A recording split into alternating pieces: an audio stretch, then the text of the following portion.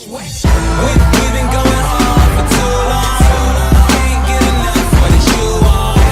Really ain't nothing like to drop that. A magnitude 8.1 earthquake has struck off the southern coast of Mexico, the U.S. Geological Survey, USGS, said, shaking buildings in the capital city and killing at least 5 people, officials said. The earthquake, the strongest to hit Mexico since 1985, struck late on Thursday and people in Mexico City ran out into the streets. The death toll in the massive earthquake has risen to at least 5 people, including 2 children in Tabasco State.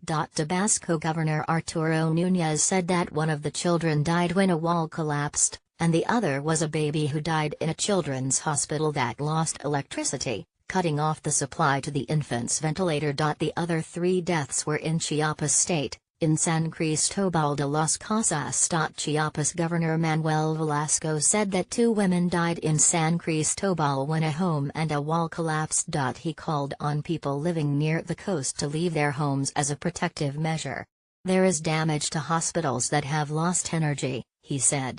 Homes, schools and hospitals have been damaged. Its epicenter was 123 kilometers southwest of the town of Pijijiapan, at a depth of 70 kilometers, according to USGS.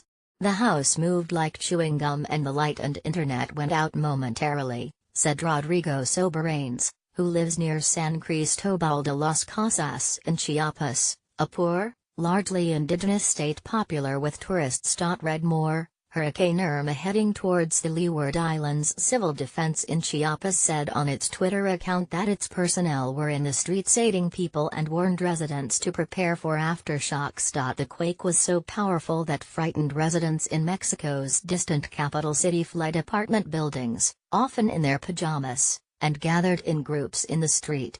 Sections of Mexico City were without electricity. Tsunami measured. Tsunami waves have been measured off Mexico's Pacific coast. The Pacific Tsunami Warning Center said waves of 1 meter above the tide level were measured off Salina Cruz. Smaller tsunami waves were observed on the coast or measured by ocean gauges in several other places. The center's forecast said Ecuador, El Salvador and Guatemala could see waves of 1 meter or less.